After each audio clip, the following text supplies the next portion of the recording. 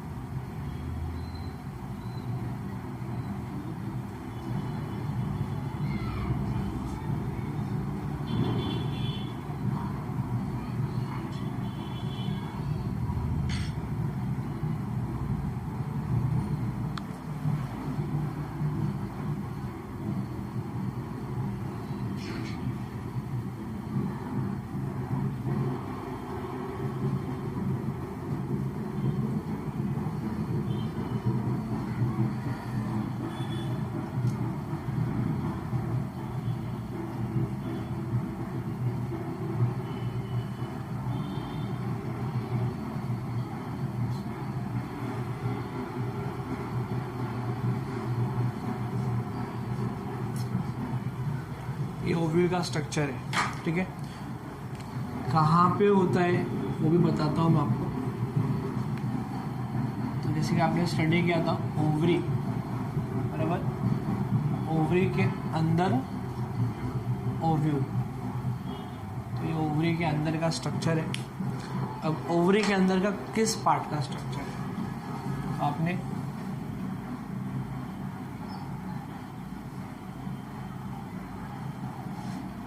Carpel study के, carpel के base में ओवरी होता है, ओके। और ओवरी में डिपेंड करता है ओव्यूल कितने होंगे, ठीक है। अगर मैंगो है तो एक ओव्यूल रहेगा, क्योंकि मैंगो में एक ही सीड आता है। चिकू है तो उसमें आपने देखा रहेगा दो नहीं, दो से ज़्यादा भी निकलते सीड्स। तो डिपेंड करता है कि कौन सा फ्रूट है, कौन से फ्रूट का फ्लावर है। तो अकॉर्डिंगली जिस फ्रूट में जितने सीड्स होते हैं उसके हिसाब से उसके अंदर उतने ओव्यूल्स होते हैं, क्योंकि ovules are the structure which get converted into seeds and fruits are formed by ovary, ठीक है। तो अब यहाँ पे मान लो मैंने ड्रॉ किया 2 या 4 ले लो, 1 2 3 4। तो ये एक स्ट्रक्चर हो गया, ये सेकेंड हो गया, ये थर्ड हो गया, ये फोर्थ हो गया। इसको थोड़ा सा घुमा दूँ ऐसा तो ये ऐसा क्वेश्चन मार्क दिखेगा, ठीक है। ये जो क्वेश्चन मार्क है वो एक्चुअली वो स्ट्रक्चर ऐसा है, क्वेश्चन मार्क, ठीक है। तो ये स्ट्रक्चर मैंने वहाँ से यहाँ पे ड्रॉ किया, ओके। तो इसके अंदर कुछ पार्ट्स है। सबसे पहला पार्ट जो इसके अंदर दिया है वो है न्यूसेलस। क्या है? Nucellus, okay. यहाँ पर लिखता हूँ, ये जो पार्ट है ना अंदर का, इस पार्ट को हम लोग क्या बोलते हैं? Nucellus, okay. ये जो न्यूसेलस पार्ट है ना, ये सेंट्रल पार्ट है और ये डिप्लॉइड सेल से बना है। किससे बना है? Diploid parenchymatous cell. Which cell? Diploid parenchymatous cell. वहां पे कौन सा सेल था? स्टार्टिंग में डिप्लॉइड ही रहेगा ना, प्राइमरी स्पोरोजिनस टिश्यू। यहाँ पे क्या है? डिप्लॉइड, वो भी डिप्लॉइड ही था, ये भी डिप्लॉइड ही है। वो स्पोरोजिनस था, ये पैरेनकाइमेटस सेल है, ऐसा याद रखिए इसको, ओके। तो ये सेंट्रल पार्ट है और इसी पार्ट से इसका फीमेल गैमेटोफाइट फॉर्म होने वाला है, ओके। अब इसके अंदर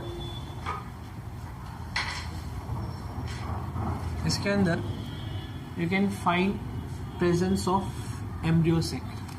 क्या होता है? एम्ब्रियोसेक। एम्ब्रियोसेक पता होगा, तो उसके अंदर 3 सेल होते हैं ऊपर की तरफ और 3 सेल होते नीचे की तरफ। ये है एम्ब्रियोसेक, ओके। अब ये पूरा एम्ब्रियोसेक है,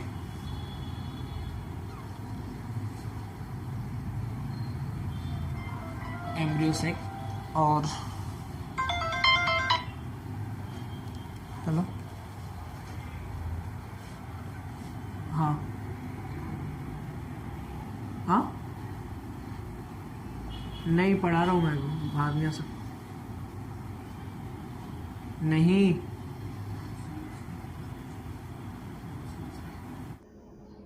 सो स्टूडेंट, नून ऐप एक सोशल लर्निंग प्लेटफॉर्म है।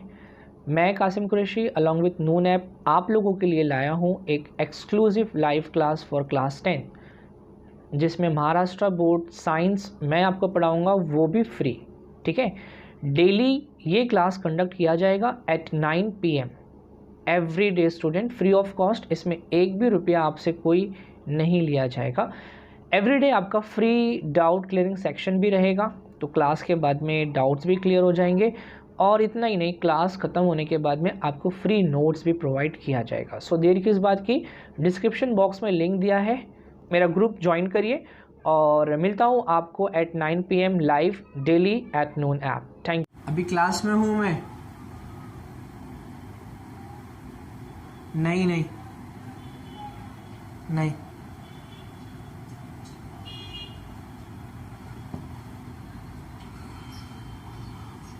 ओके, तो ये न्यूक्लियस के अंदर ये जो सेल एक बड़ा सेल हो गया, वो कैसे हुआ, उसमें कितने स्टेप्स है, वो इसके बाद स्टडी करेंगे। डेवलपमेंट कैसे होता है वो बाद में स्टडी करेंगे। तो ये एम्ब्रियो सैक है। एम्ब्रियो सैक के अंदर जैसे कि ये एम्ब्रियो सैक है, उसमें 3 सेल ऊपर की तरफ है और 3 सेल नीचे की तरफ है। तो ऊपर का ये जो सेल है इसको हम लोग बोलते हैं एंटीपोडल सेल्स। क्या बोलते हैं? और ये जो बीच वाला सेल है इसका नाम है एग सेल। ओके, और ये जो आजू बाजू में 2 सेल्स है इसको हम लोग बोलते हैं साइनर्गिड्स। क्या बोलते हैं? और इन दोनों को कंबाइन करके हम लोग बोलते हैं egg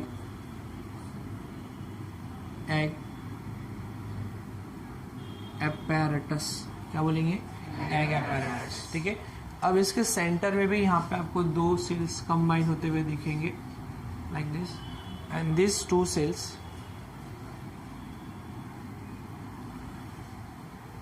cells they are called as polar nuclei।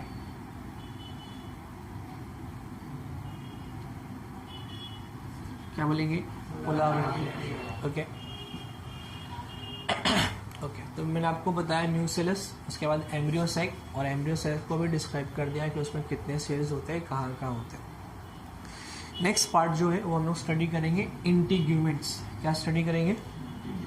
तो हमने पहला वाला ये स्टडी किया, ये फर्स्ट है। ओके, अभी नेक्स्ट है, can you see the covering,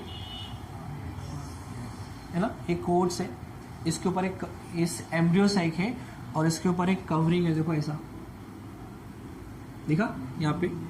तो ये फर्स्ट है, ये सेकेंड लेयर है, ये फर्स्ट कोट है, ये सेकेंड कोट है। इन कोट्स को हम लोग बोलते हैं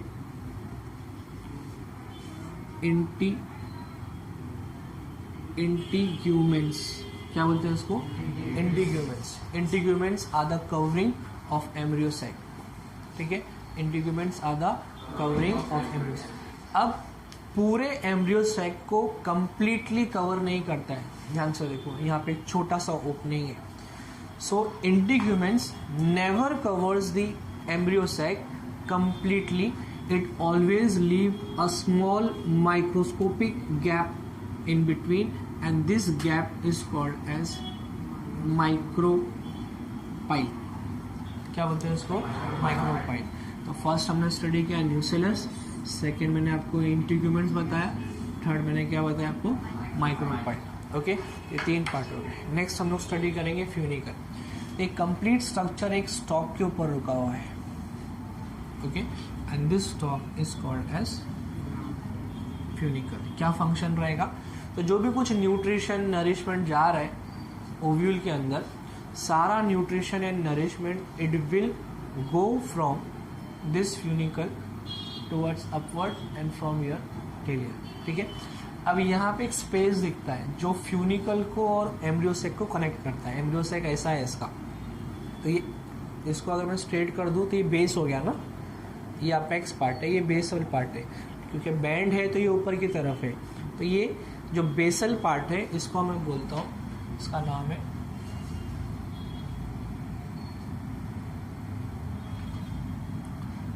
चलाजा।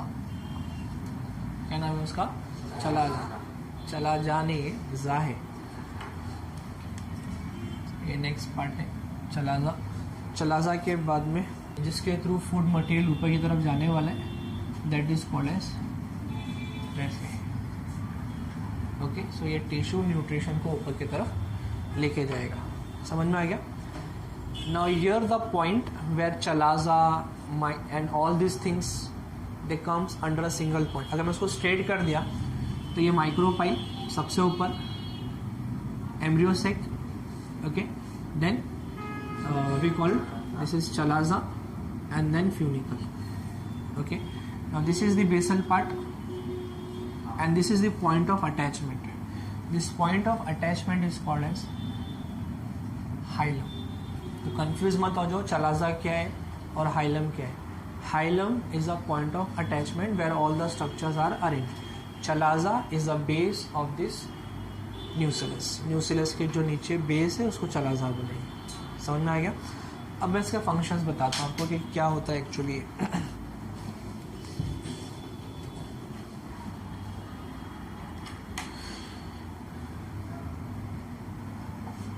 यहाँ से क्या आने वाला है, तो आएगा तो अंदर जाने के लिए ओपनिंग चाहिए, तो वो ओपनिंग ये है। समझ में आया? वो यहाँ से अंदर की तरफ जाएगा। कोई किसी केस में यहाँ से भी अंदर घुस सकता है, वो केस फर्टिलाइजेशन में लोग स्टडी करेंगे वो कैसे होता है। Otherwise this is the opening left for entry of male gametophyte. Okay, integument जो होता है ये प्रोटेक्टिंग कवरिंग होता है। लेटर ऑन फर्टिलाइजेशन के बाद में ये जो इंटीग्यूमेंट्स है, this integuments they become a hard structure. Like आपने सीड्स देखा है, चिक्कू का सीड देखा है, ऊपर से एकदम पॉइंटेड होता है, तो पॉइंटेड स्ट्रक्चर ये वाला है। तो फर्टिलाइजेशन के बाद में क्या होता है कि जो इंटीग्यूमेंट्स है they become very tough, very hard and they form the covering of the seeds. Seeds का जो कवर होता है वो इंटीग्यूमेंट से बनता है। ओके, ये तो सीड बन जाएगा।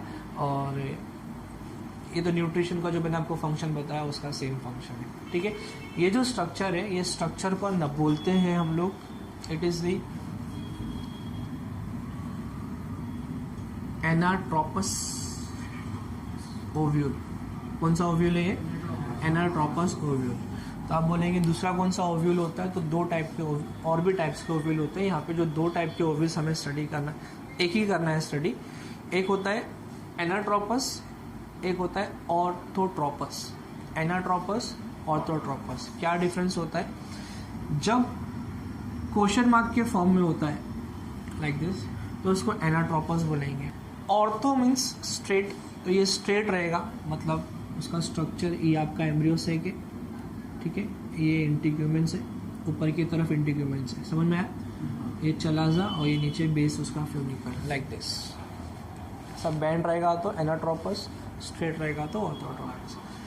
हम जो स्टडी कर रहे हैं वो एनाट्रोपस है, ऑर्थोट्रोपस स्टडी नहीं कर रहे क्योंकि एंजियोस्पर्म हम लोग स्टडी कर रहे हैं। एंजियोस्पर्म में एनाट्रोपस ओव्यूल होता है।